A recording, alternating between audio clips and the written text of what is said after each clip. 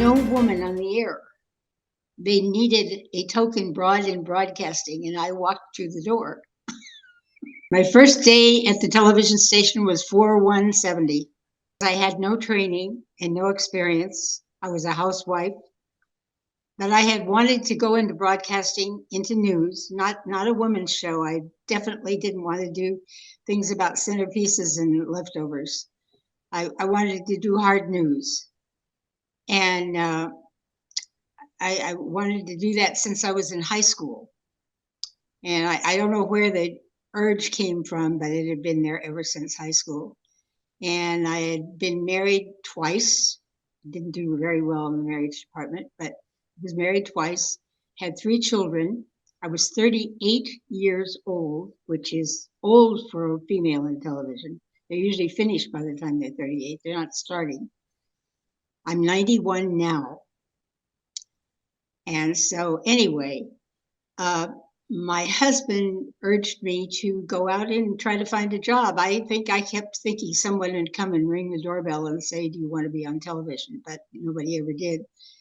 So I went looking for a job for about a year to every radio and every television station in Phoenix. And I took a couple of classes at Phoenix Community College, but not going toward a degree or anything. It wasn't very serious college education. That was the only college I ever had, because I'd gotten married at the ripe old age of 19, like so many did in my era. And I talked to the man who was in charge of the radio station at Phoenix Community College, and he told me, "You will not be welcome. Men will not want to hear you, and women won't want to hear you either, because it's a man's world, television news, and you don't belong there." And I think I did tell you in my email that I was the first female in television news in the state of Arizona.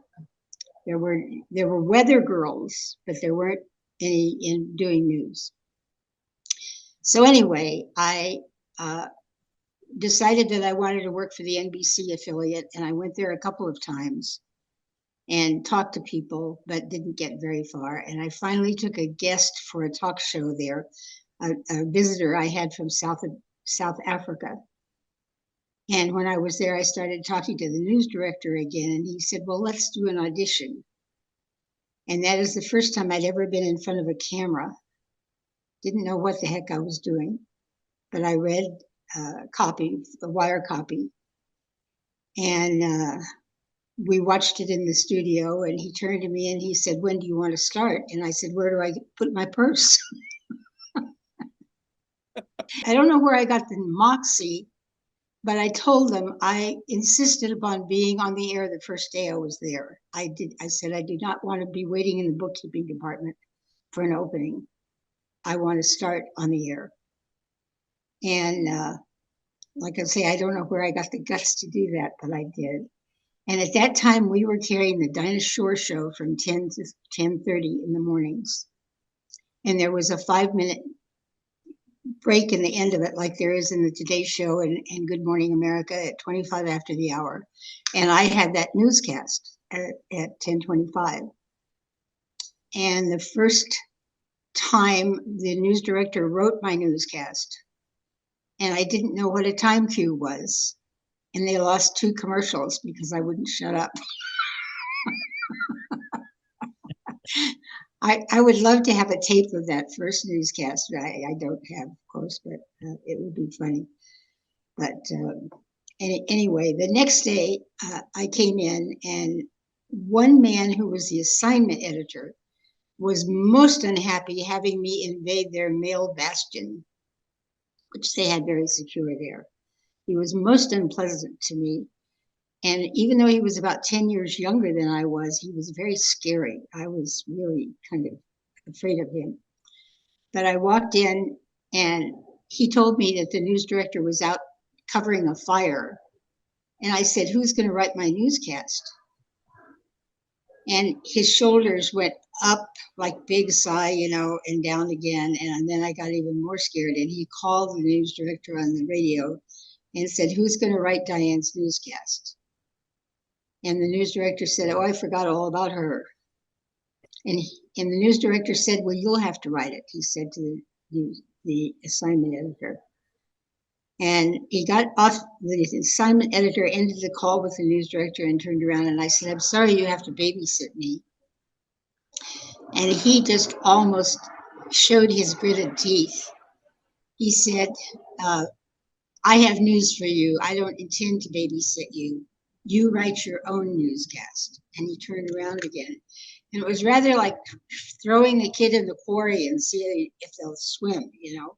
I wrote the newscast, and I don't think I had any visuals with it because I didn't know how to do that.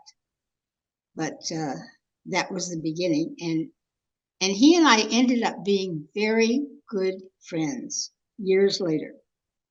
I liked him. He is no longer with us. He's since passed away, but he was a really good buddy of mine. But he didn't like me being there in the first place. So I started to do that. After I'd been there a week, I went out on my first news story, and the cameraman told me pretty much what to say because I didn't hardly know what to say. And after I'd been there a month, I was asked to be on this talk show that was on at 8 o'clock in the morning called Today in Arizona. It followed the Network Today show. And I was to just do the newscast on there and not do any interviews. But about a week later, I started doing interviews. And the first interview I did was with the Mother of the Year for Mother's Day, May of 70. And you have no idea how long I worked for that 5-minute newscast. I just worked and worked and worked. And it was sort of a nothing thing, you know, it was a throwaway fluff piece for short, but it was a place to start. And I did that show for 7 years. And it went from 30 minutes when I started, and they enlarged it to an hour. It was a very popular show. It was live every day, Monday through Friday, from 8 to 9. The guys in the newsroom, except that unpleasant one that I met the first thing, treated me like they were my big brothers. They couldn't have been nicer. The only problem I ever had was with a nationally known radio star who I had to have a wrestling match with one day. But that was before I started to work at the television station. I was taking the class at Phoenix Community College, and I heard that he was in town doing his broadcast from here, and I wanted to meet him. And I flat lied to him. I called him and told him that I was in school and I wanted to do an interview with him for school, which was a blatant lie because nobody wanted an interview with him. I just wanted to meet him and see him do his broadcast. And so I went to the town of Carefree, which is a little upscale village north of Scottsdale, over in the moneyed part of the village, or not village, the valley.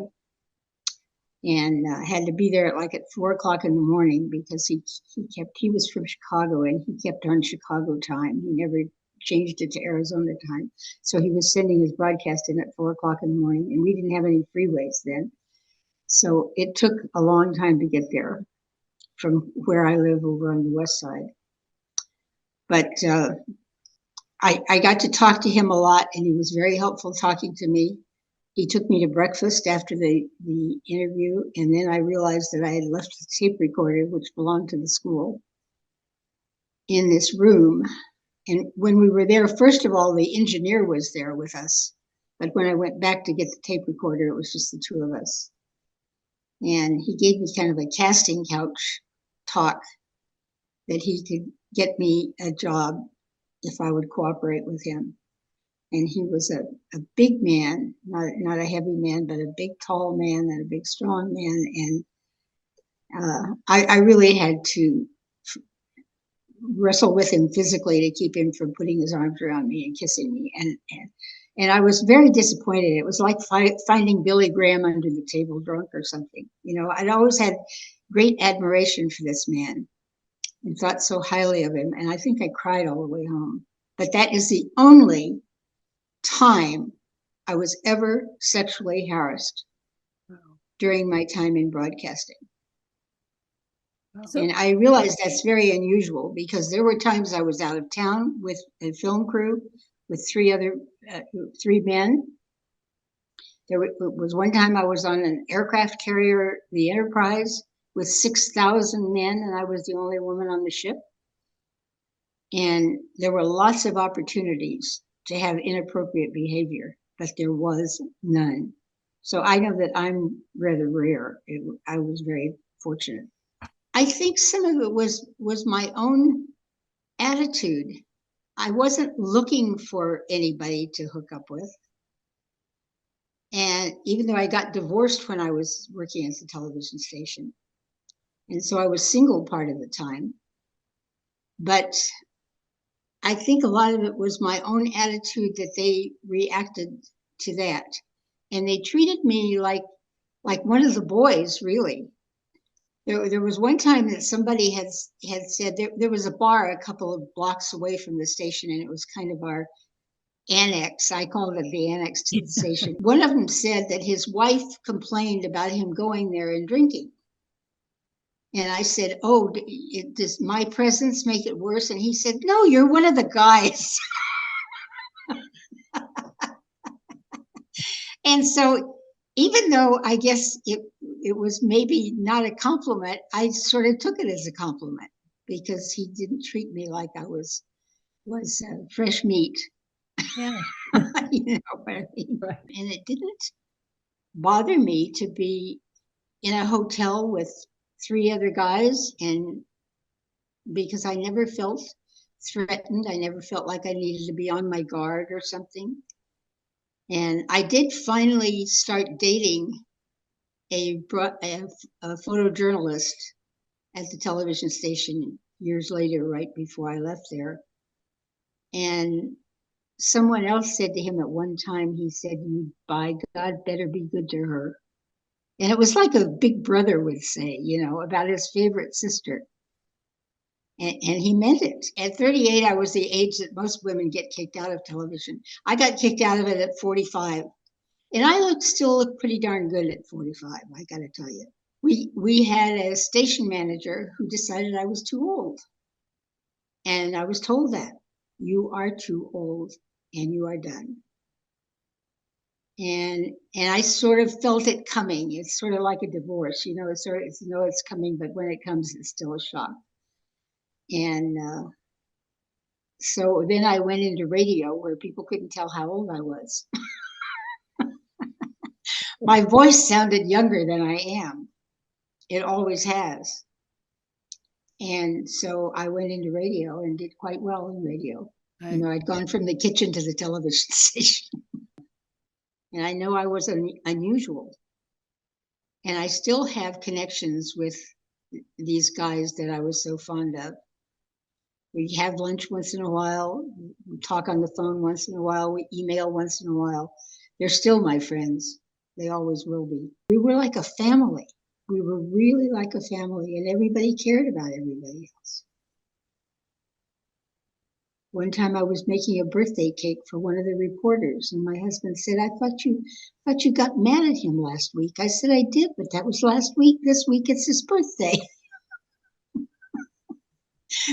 No, we were really close. And I was the first woman in Boston, too. At one point, I moved to Boston and worked for WBZ in Boston, and I was the first woman they had on the air. It wasn't nearly as much fun as the television was, because I did a 5-minute newscast at the top of the hour and a 3-minute one at the half hour, and hardly had time to do anything else. I'd get off the air and one trip to the ladies' room, and then you had to hurry up and be writing for the next one, and it was kind of a hassle. And then I went out on stories and stuff there too. In Boston, it's hard to find your way around. It's old cow paths that the pilgrims made have been turned into streets. And in Phoenix, it's a grid system, and you can tell by a number sort of where a place is, but not in Boston. And I used to drive around on weekends sometimes trying to find my way around there. And And a time or two, I'd just stop and put my head down on the steering wheel and weep because I didn't know where I was. But I worked at it. I did my own makeup and my own hair. Somebody told me not to wear white on the screen one time. It didn't photograph well, but that was about all I ever heard. I didn't get a lot of feedback. The man that I told you about that hated me so when I first started, he loved Rod McEwen, the poet that was so popular back in the 60s, and I liked him too a lot. And he was only available for an interview one night, one evening. And I went back to the station. I didn't usually tape anything, but I went back to the station to tape an interview with him. And this man, my enemy, came down too because he liked Rod McEwen so much. And when I was done, he walked by me and he said the nicest thing he ever said to me. He said, "That wasn't half bad, Kalas." It was very few and far between with compliments. But I knew he liked it when he said it wasn't half bad, Kalas. The Queen never did interviews as such. So you just had to talk about her, not to her. And I did a lot of reading beforehand because there were a lot of times that I had to wait for her to come out of the door and I had to talk and I had to have something to say. And so I read a lot of things about her at that time and went to a cocktail party aboard the Britannia and got to meet her. But when you went to this cocktail party, they had this to appease the media, but you couldn't take a tape recorder or a tablet or anything to pretend that you were recording or keeping anything. You just talked to her. But she was very nice to me. She asked about the little town I lived in the East Bay called Martinez. And she was asking what the economy was there. And I thought, oh my, I can't imagine I'm speaking to the head of the British Empire about the town of Martinez that has about 50,000 people in it. But she was very good at making small talk with people like me. I interviewed John McCain's father, who was an admiral and in charge of the Pacific during the Vietnam War. I interviewed him in Hawaii, and that was rather exciting. He wanted a list of questions I was going to ask him, and I never worked with a list of questions, so I couldn't get any. And he scattered all his answers with a great deal of profanity. And then he'd stop and he'd say, "Can you cut that out, girly?" He kept calling me girly. "Can you cut that out, girly?" Which I don't think I would have taken that from just anybody, but from the admiral I did. I had to take some stuff once in a while. Somebody called in Boston one time, and I answered the phone at the station. And he said, "I want to talk to a reporter." And I said, "I'm a reporter. May I help you?" And he said, "No, one of the men," he said. Wow. That didn't make me happy, but I got him one of the men. Fortunately, I didn't have to work. And so that was in my favor. I didn't need the money. I tell people I was sleeping with a rich doctor, but that was my husband. He was a chiropractor. But I've always said it sounds so much more exciting than what me saying when I was sleeping with a rich doctor instead of when I was married to the chiropractor. You know, they were people just out of college. And there I was, 40 years old. And, well, I was 45 when I left television. I told one man one time, I called the station one time, and a young man was on the desk, and I think he was only about 20, and he answered with a snarly nose, and I was not his superior. I made more money than he did. I was more important than he was, but I had nothing to do with who he was. But I said, "You just sound terrible." I said, if I was able to, KCBS was a CBS O&O. I said, if I was able to work for CBS when I was your age, I would be Diane Sawyer by now. And I said, shame on you. You work for this great organization and you sound ashamed of it. I said, now I'm going to hang up the phone and call back. And I said, you answer the phone like you're proud to be there. And I did hang up. And I called back and he said, good afternoon, KCBS News. May I help you? And I don't know where I get things like that. But things just pop into my head and they come out of my mouth and I think about them later. I really didn't see myself as a role model. I knew I was rare. I knew there were no other women around who were doing what I was doing. But I told him that broadcasting was not an easy job, that the hours were terrible, and that it was very hard work, and you really had to love it to succeed in it.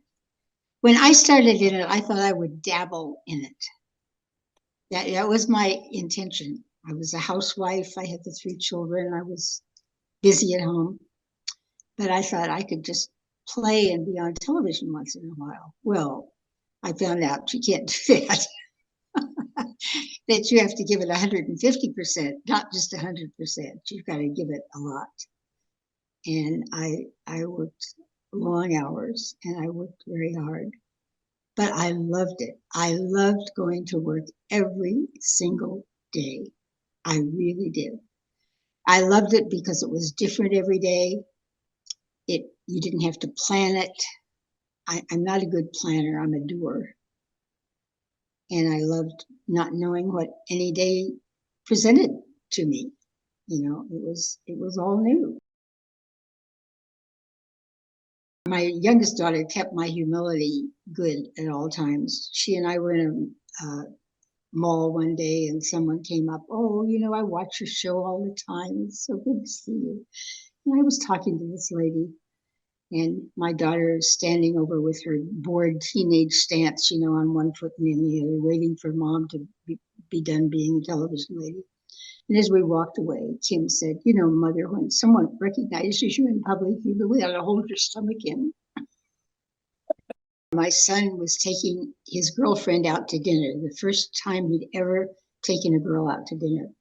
And I was kind of helping him, telling him that he needed to call and get a reservation at this nice place and a few tips on how to handle himself in the dinner and everything.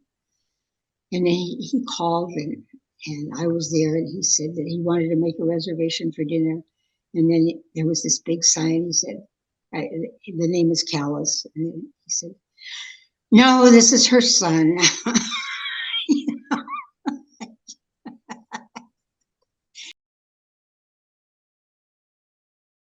I realize this sounds rather silly, hocus pocus, but it's something I managed to do. I would write on a yellow legal tablet about interviewing someone.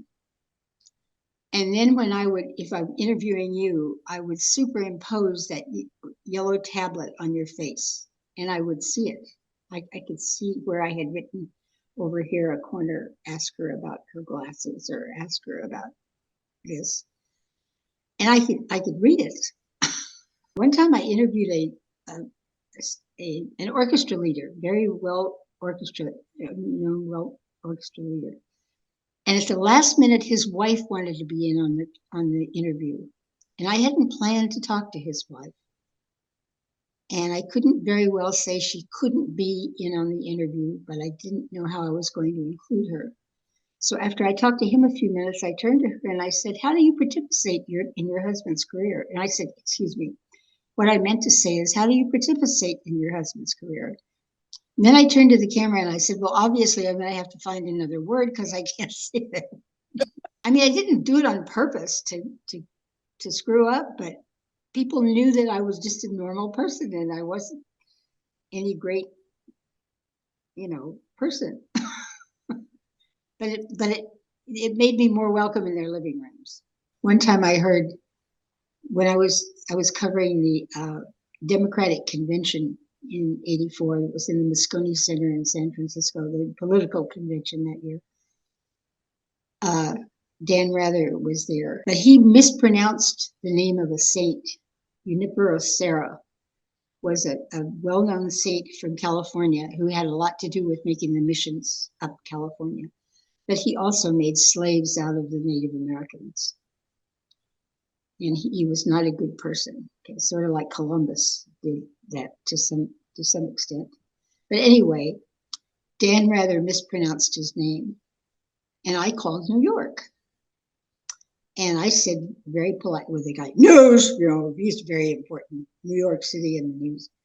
And I very nicely said, with KCBS in San Francisco, and Mr. Rather mispronounced this name, and just a minute, And then in a minute, phone picks up, Rather here. And I thought, shit, I don't want to talk to Rather. I want to talk about Rather, but I don't want to talk to. And I thought, ah. And do you know that he was a delight? He said, you're absolutely right. And he said, I grew up in Texas and I should know the difference. Thank you very much for pointing that out. He could not have been nicer. No, I really don't. I really don't, because like I said, I enjoyed it all. It was hard work, but it was rewarding work, not monetarily. I didn't make any money in television. Like I said, I didn't make any money until I was in radio. But the experiences were just wonderful. And it was exciting all the time. I think old age is a privilege not afforded to everyone. And I think those of us who have it are very, very lucky. I think it's kind of cool. Some people start lying about their age, and then you get to be my age and brag about it. I'm 81 and you're not.